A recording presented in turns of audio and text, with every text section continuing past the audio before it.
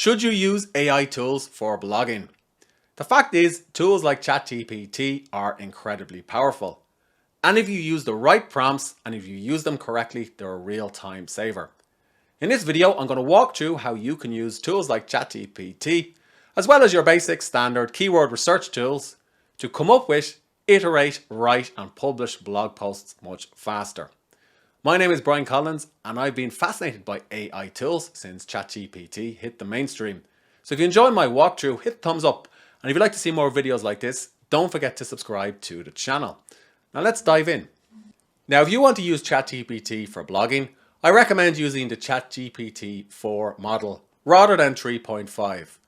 Right now, it's a little bit slower, but the results are much more accurate and they tend to sound like they've been written more like a human and less by an AI robot. You may need to pay a premium subscription for that, which costs approximately $20 per month. But it's worth it if you're interested in learning how ChatGPT can help you with blogging. If you're starting a blog from scratch, it's a good idea to figure out what are all of the topics that you're going to cover. You can use this specific prompt inside of ChatGPT. Create a topical map for a blog about, and in this case, I'm going to put in running shoes, which is the focus of my new blog. ChatGPT took about a minute to come up with this topical map, and it's proposed a number of different categories that I'm going to have on this new site. So for example, it suggested that I start reviewing running shoes related to these popular brands. And as a blogger, I could look at these categories and ask myself, are they correct? Are there any omissions? And do I know enough about them? And it's also suggested some other content types I may want to consider, for example, awards, reviews, and so on. And I should also have some informational content offering advice for people who want to care for their running shoes. So you can see here, based on this topical map, there are dozens of different ideas for blog posts that I could potentially write. Now, I would still want to supplement this topical map by quickly checking the keyword volume in an SEO tool. There are dozens of different keyword tools out there for bloggers, but I particularly like these two, especially if you're on a budget or just starting out. The first is called Keyword Chef, and it'll help you find long tail keywords which have good search volume but aren't that competitive. And you can use this to interrogate some of the results that ChatGPT has come up with. In other words, to figure out if you actually want to go ahead and write that blog post. The other tool that I'm going to use for the purposes of this video works directly inside of ChatGPT. That's right, it works directly with ChatGPT, and it's called Keywords Everywhere. Basically, Keywords Everywhere is a Chrome plugin that you can install, and once you've installed it, it'll show you the search volume for Google, for Amazon, and it'll also provide specific templates and information inside of ChatGPT, which I'm about to show you. Both tools are relatively affordable, so you can pay just $29 a month to get more credits than you'll need to write your first 50 or so blog posts with Keyword Chef. And with Keywords Everywhere, you can pay just $10 and you'll get all the information you need inside of ChatGPT. Let's assume that I want to start blogging about the best types of running shoes people should buy for this new site. Well, I can use this ChatGPT prompt to help. Provide me with 10 article or blog post ideas, and I'm going to pick from the 10 best, related to the best running shoes. So just swap out best running shoes for your chosen topic. Then you should specify your audience. So in this case, I've said it's new runners who are buying their first or second pair. And I've also specified the tone of voice for the article. It should be informative and helpful. Again, you may want to tailor this based on your preferred tone of voice. You'll get more value from your ChatGPT prompts if you're specific rather than general. Let's look at the output. ChatGPT has suggested 10 different articles that I could write. It's given me a title and a summary. The suggested topics include a beginner's guide, a buying guide, 10 best running shoes, finding the perfect fit, and so on. Now, I could go through each one of these articles and immediately start writing them, or even use a prompt inside of ChatGPT to help. But before we use our next prompt, let's just interrogate ChatGPT's results with the help of a keyword tool. Here's one particular article that stood out to me: finding the perfect fit, running shoe sizing and fitting tips. Using Keyword Chef, I plugged in the keyword running shoes and selected questions. And it took a moment to generate this list of potential keywords that I could go after which are not that competitive. So here's one that stood out: how should running shoes fit? And this aligns very much with this particular ChatGPT article. So now I'm going to use another ChatGPT prompt to iterate this article. As useful as Keyword Chef is, you can also use Keywords Everywhere directly inside of ChatGPT and combine it with your prompts to start writing those blog posts. So once you've installed the Chrome plugin, you'll see a new option on your ChatGPT sidebar. It stands for templates, and you're going to simply put in the seed keyword. So in this case, I'm going to put in the seed keyword we came up with a few moments ago. How should running shoes fit? And I'm going to click SEO. I'm going to click keyword research and long tail keyword generator. So because this is a new blog, I'm going after long tail keywords because these topics tend to be far less competitive. Now I'm going to click execute template and press enter. Now ChatGPT is just going to take a few moments to come up with dozens of long tail keywords that I can use for my blog post. So I could potentially write blog posts about all of these different topics if I wanted, or I could use ChatGPT to help. Now I'm probably not going to cover all of these. I would still spend a little bit of time figuring out which ones are most relevant to my audience and to the site that I'm going to start.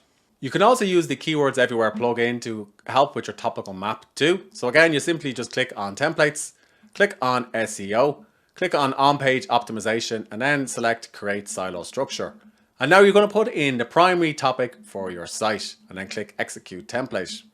And you can see ChatGPT has now produced a silo or a sitemap that I could use to map out all of the content for my new blog. In conjunction with ChatGPT, Keywords Everywhere can also help me iterate on that running shoe article. So again, I select SEO, I select keyword research, but this time I'm going to use the related keyword generator template. And again, I'm going to put in the same keyword, click on execute and feed the results into ChatGPT. Now it's provided me with a list of related keywords that I could start producing content for the same site. So as you can see, with an SEO tool like Keyword Chef, or also with a tool like Keywords Everywhere, you can leverage the power of ChatGPT to iterate your ideas much faster. I put this specific prompt into ChatGPT, provide a blog post outline for the keyword how should running shoes fit, and I've given it some more details so the results are more specific. And ChatGPT has come up with this fantastic outline. So it's covered the introduction, understanding your foot type, measuring your feet, running shoe sizing, and so on. So because this outline is so detailed, I could immediately start writing my blog post and cover each of these key sections in the article. Now I could use ChatGPT to expand on specific sections in the article, and then I could use these as part of my first draft. So as an example, I wasn't too familiar with what the Brannock device is, so I put in this prompt into ChatGPT. What is the Brannock device and how should I use it? And ChatGPT is immediately starting to produce copy that I could use as part of the first draft. Usually I find I get better results if I ask ChatGPT to write individual sections rather than writing the entire article. So ChatGPT has produced a blog post all about how running shoes should fit. So it's covered the introduction, and it's covered some of the sections in that outline, but it hasn't covered them all. As great as ChatGPT 4 is, I would still need to spend about half an hour asking it to expand on all of these different sections, and then put the results into a Google Doc and expand it myself, rework it based on personal impressions, and put in some external sources and citations. But what if there was a faster way? Enter Koala. This is a new AI writing tool which is built on top of ChatGPT, and it's perfect for bloggers and writers. I'm going to show you how I use it to write an article about the exact same topic in a fraction of the time. Koala Writer is going to leverage all the power of ChatGPT and provide you with something that's much more comprehensive. But not only that, it's going to give you some real-time search results that you can use. So to use Koala Writer, make sure you pick ChatGPT 4 and then select blog post. And then you're going to put in that keyword that we researched with ChatGPT a few moments ago. Next, you're going to pick the tone of voice. So you may remember we picked tone of voice when we were using prompts a few moments ago. I'm going to pick friendly because this is a blog post. You can also specify your language. So I'm going to focus on English US. And if you click use real-time search results, it's going to pull in external citations and links, which is something ChatGPT does not currently do for blog posts. It's a real-time saver. I also recommend that you select use outline editor so you can play around with that outline before Koala produces a blog post for you. Now if you want to provide more specific prompts related to the title or the content or the introduction, you can put these in here.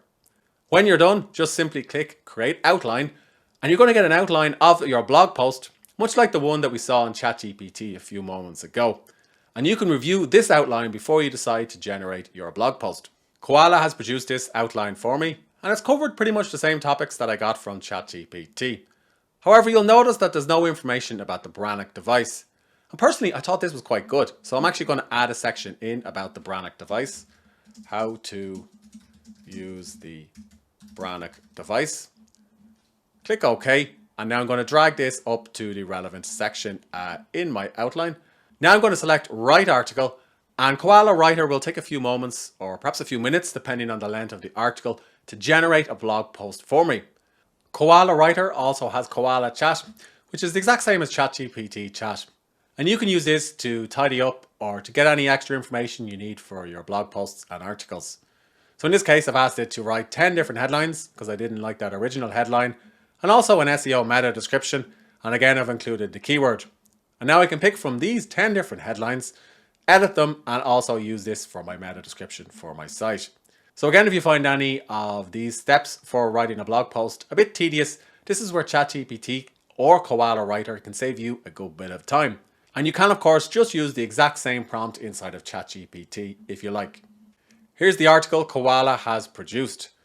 You can see that I can copy this article straight to my clipboard and bring it across to a writing app like Google Docs. And now I can start to edit it.